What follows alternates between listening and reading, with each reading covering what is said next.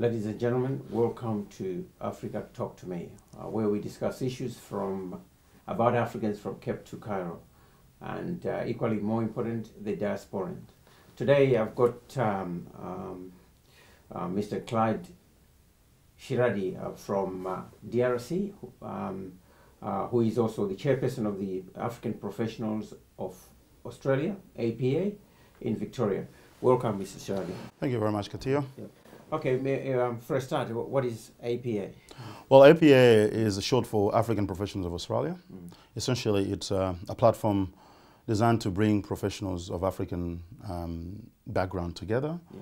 Actually, it goes even beyond African. You don't have to be African to belong to APA. If you have an interest in Africa, you can also be part of APA. And the whole idea is to bring people together, same sort of like-minded people, to look at how we can unite our strength in terms of career development, business development, and community development.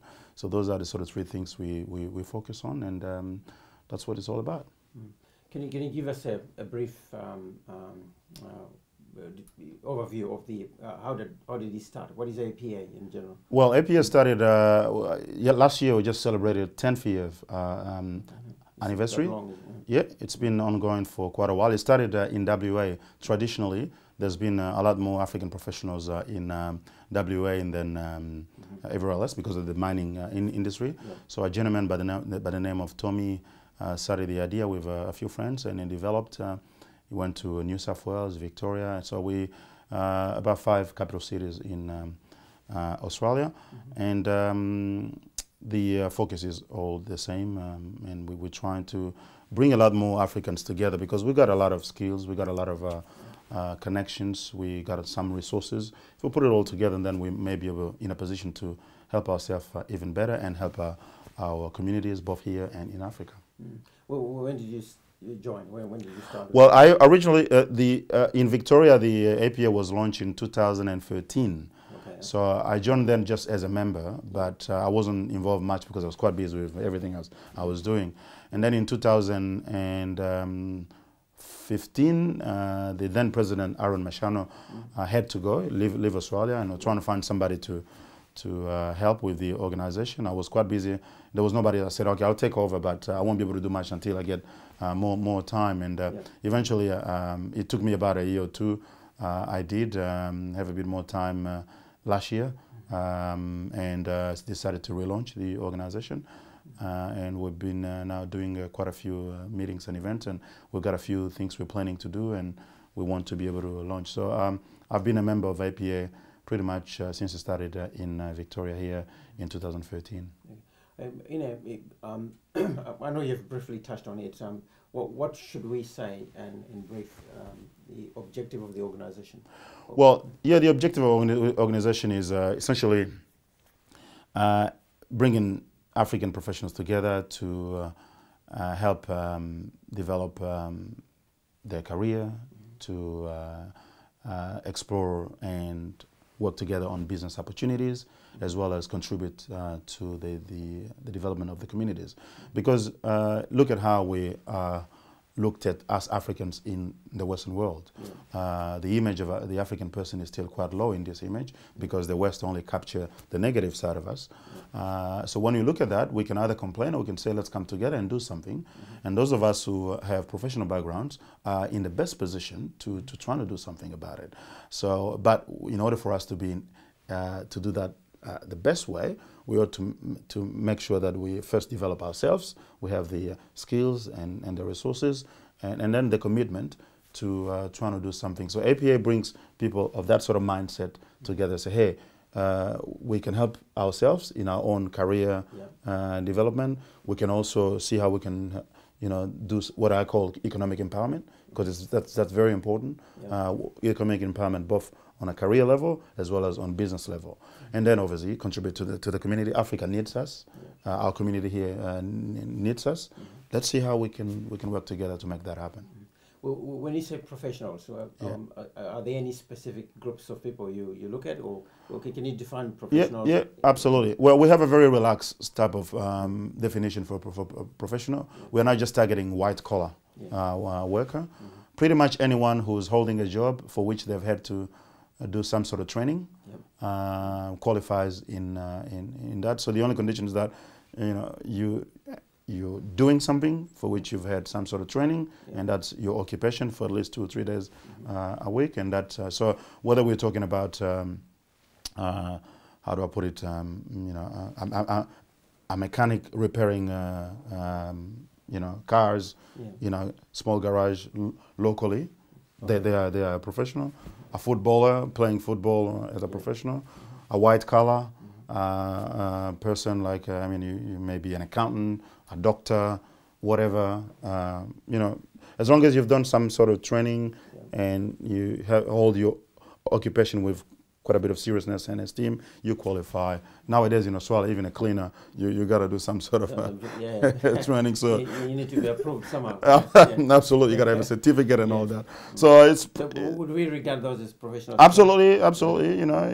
We regard them in as the health sector as well, where we have people nurses, caring, aged care people. They're professional. They're providing services. And you just mentioned that in Australia, not many people know that Africans are really contributing significantly in the healthcare industry, both as doctors, GPs. There's a whole lot of them coming, both as nurses, aged care workers. It's full of Africans. These people are significantly making a contribution to this country. They are professionals, and their work had to be recognized, which is why we're actually putting together some sort of a program to actually see how we can tell the rest of Australia how Africans are contributing to the economy.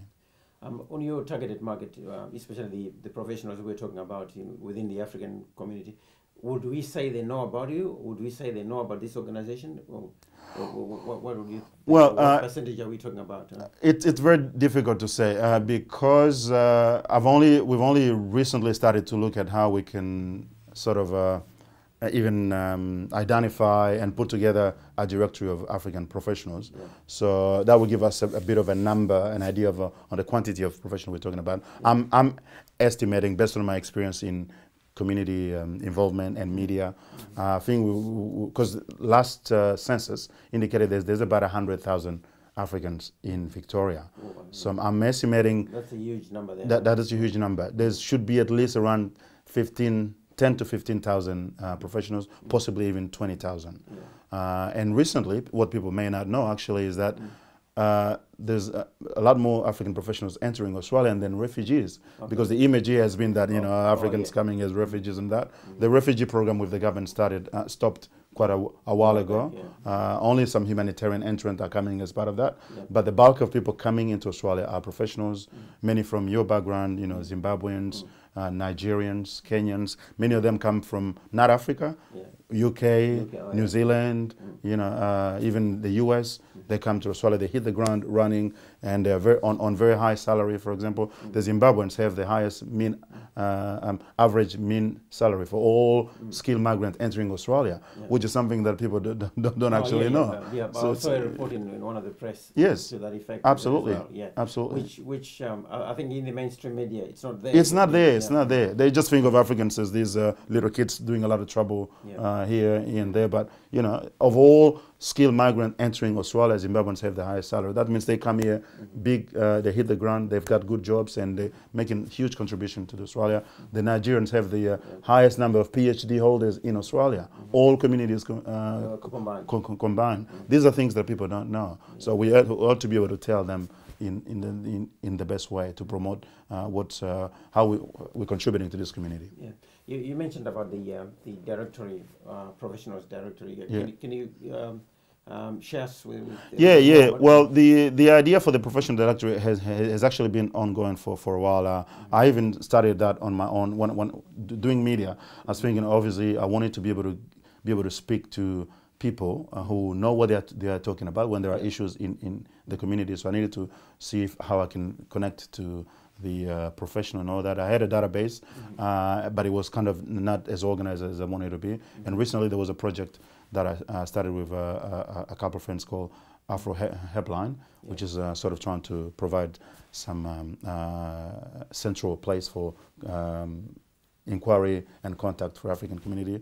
And in the course of that, we needed to find out how many professionals we have who may help in different area, how many community leaders, and all that sort of thing. And then during an APA meeting recently, someone also mentioned that it would be good to be able to do that. And I certainly agree, because not only we need to know who we can go to within our own community, because we've got plenty of resources, and with that idea of economic empowerment, we need to be able to keep the money within our communities. The Jewish do it, the Asians do it, the Indians do it. We have professionals, we have people who are in businesses. Let's see how we can, use their services, use their product for everyday life, and empower them economically, because that will reverberate around the community, will be stronger. So we're trying to work now to set it up. It's obviously going to take quite a lot of work to put it all together, but there's already some ground there, and we're trying to build on it to see how we can get there. Yeah. Generally, amongst the African community, I've noticed that there's a general apathy to people. Either they don't want to participate, or maybe they're busy, or they're not putting the importance that your organization could bring or help out. Yes. Have you come up with any strategies you have, or on how to make sure people are informed and they make an informed decision to be either members of your organization or get or the benefits that come out of the organization? I certainly agree with what you're saying. There is a level of how do I put it? It's a combination of mistrust and sort of people being too busy with their own life, and a few other issues that have happened in the community, which sometimes make some people sort of disconnect with the rest of the community, or not give as much importance to what is happening as they should. So it's not easy to reach out to these professionals, but I also have to acknowledge that it hasn't been done. We haven't sort of done that in a very aggressive and systematic way. So by starting to put this database together, knowing who's there, how we can reach them, and quite a lot of this work is done through online data collection, which provides some avenues of connection, whether it's through LinkedIn, whether it's through social media and other things. So we need now to systematically reach out to them, show the benefit of what we were trying to do, and basically educate people as well. Educate in a sense of informing them of the benefit of all of us in sort of working together somehow. But it is going to be a difficult journey. But we are quite determined to do it, and hopefully, we'll get a bit more people involved. But there's already something changing. I see, I've been around for about 20 years in Melbourne. There's been previously a lot of issues with African communities, even simple things that people can work together on get very complicated. But gradually there is a bit of a change. There's more collaboration. I am part of a few platforms where you see people are starting to really connect to the idea of working together. We don't have to be part of one organization. We can have our own organizations, but see where we can that's right. We join forces and do things better.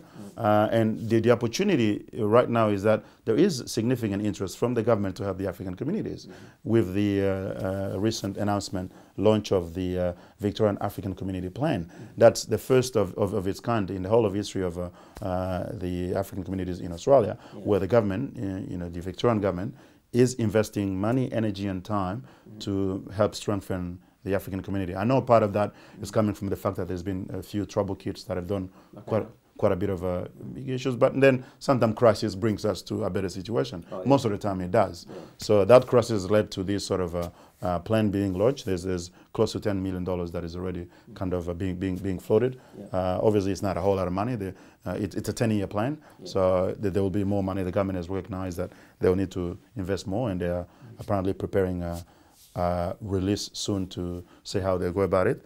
And that's something great that we should all benefit from. Opportunity to take for professional, opportunity to give back to the community and do something better. Yeah. Before we miss something else on that Victorian government initiative on the African community. Yeah. In brief, what areas are they looking at, or what do they intend to do? Well, there are 5 priority areas, which includes, from memory, I think there's community engagement, there's business, there's employment, and Maybe education, education and inclusion. Okay. So and this has been prepared. The good thing about this plan is, even though the government sort of initiated that idea, okay, but it was really driven by the community. Okay. The minister, at some point, there was this group called the African Australian Community Leadership Forum, that released an issue paper, which was, I think, in 2015 or something. Mm-hmm. And that issue paper was taken by the Minister of Multicultural Affairs, someone that I have to acknowledge, because he's been a fantastic politician, not your typical politician who just say things to, he's quite genuine. Mm-hmm. He took that, he turned that into, he actually set up a ministerial group with African ministerial group for about 15 community leaders coming together to work on that and turn that into a Victorian African community plan, which is funded. Sorry, if I may ask, what's the minister's name? Robin Scott. Robin Scott. Okay. Yeah, that's the Minister for Multicultural Affairs in Victoria. And he's been quite supportive of the African community. Okay. He's quite genuinely interested in helping the community. So I've got hope that something will come out of this, but it depends on how we, the community, can not only work together with the government, and because they're bringing the private sector as well into this. So if as the community we're not united, we are not focused, and we go into our own little, because we're very good at going into little things that don't necessarily clusters of that's right, that don't help us. We're very good at finding things that divide us rather than those that unite us.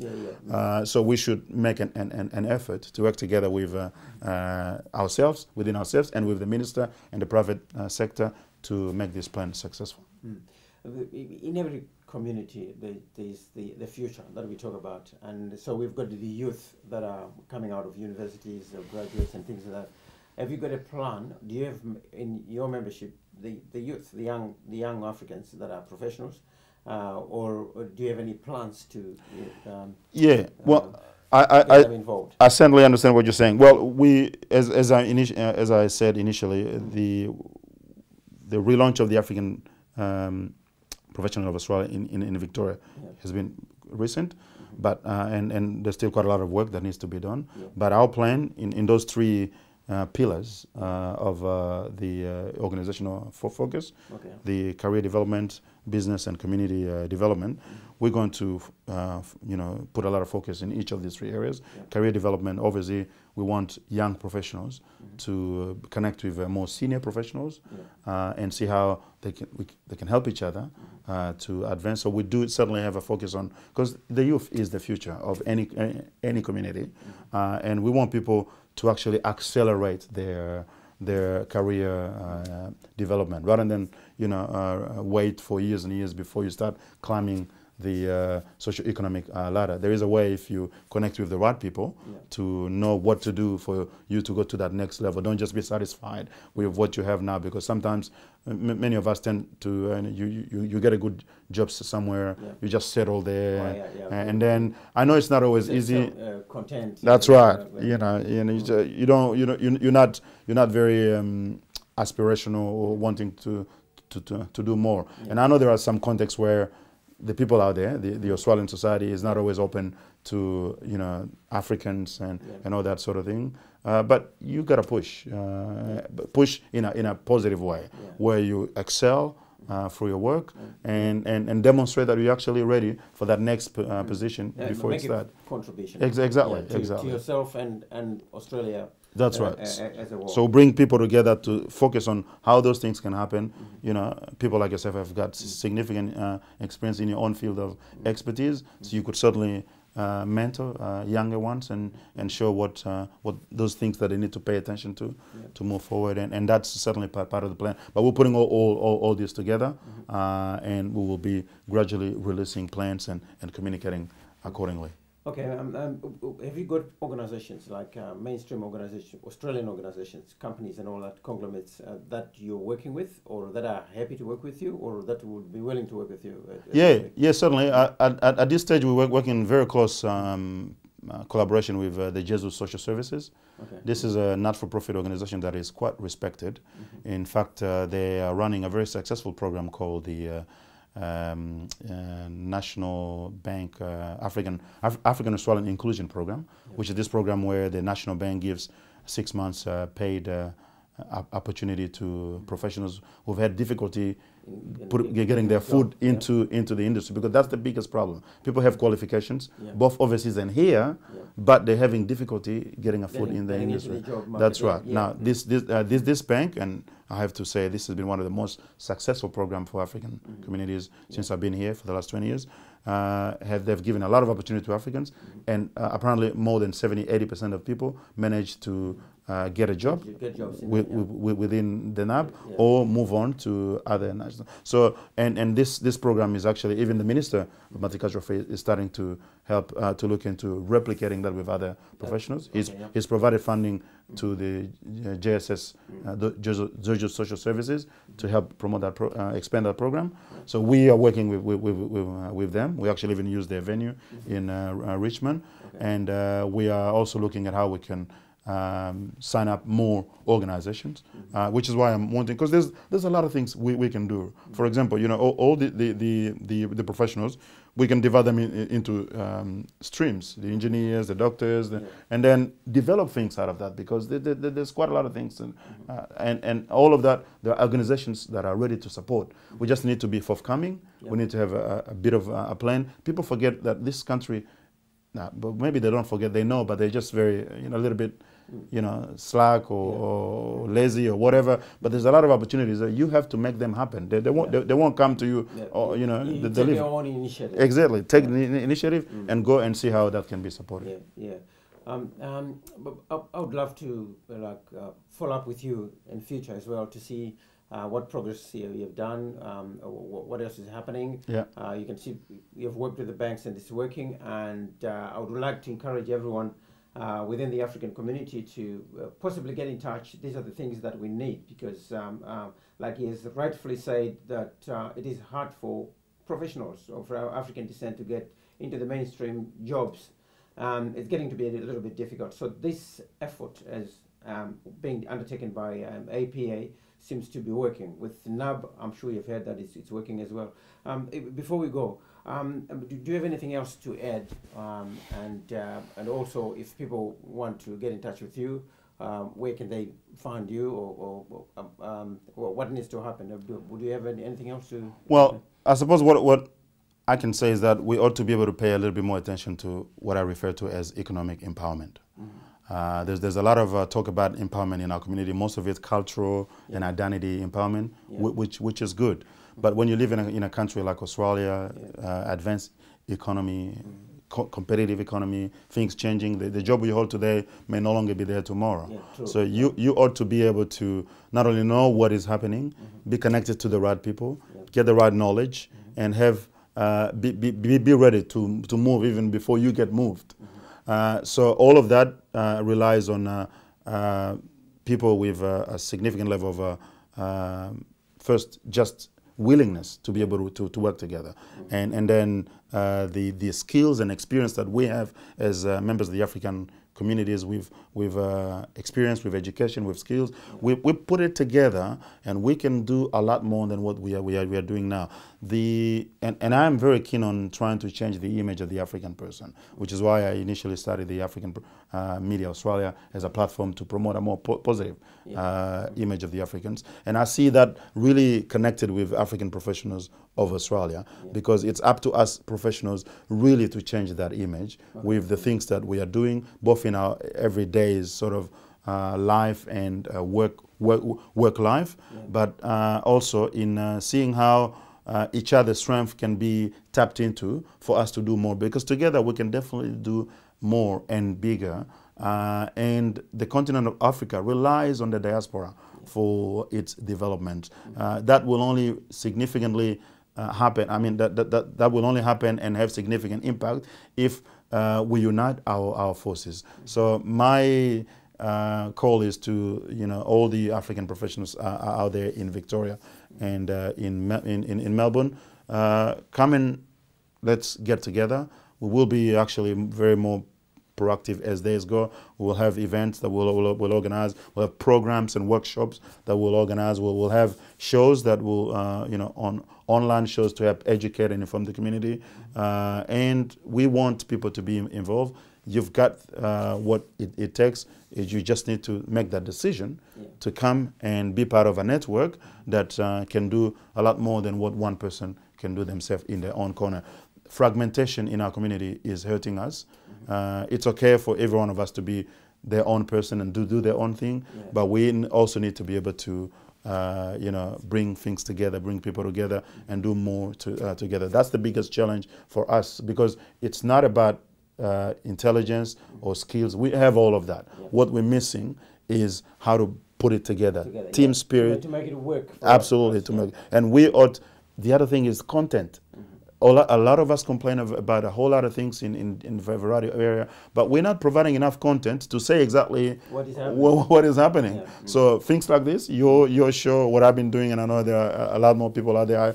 I even spoke to another lady only a few days ago who's also wanting to do something in the media space. Social media provides us with the opportunity to provide content. Let's create content, because without content, our education will be limited in terms of how we can turn our communities around here. And exposure as well. Exposure as well. We can flood the mainstream society with good news, good stuff, and that goes into creating a better image of our community and for our future. Our kids, we have kids here who are growing up. They shouldn't have to go through the same thing that we did.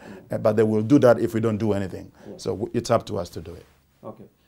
There you are, folks. We have had it all. We need to come together and work together. We are all Africans, irrespective of where you come from. So we are all covered by one brand, so to speak. But if you don't do anything for ourselves, nobody will. I'm sure you had it all. We'll be following up with them to see what stages or what improvements or what achievements they've come up with. And I hope you'll join me next time. And thank you very much, Mr. Sharady, for your time. Thank you, Katia. It's my pleasure. Cheers. Thank you. This is Africa Talk to Me. We'll meet you again next time. Keep watching. Thank you.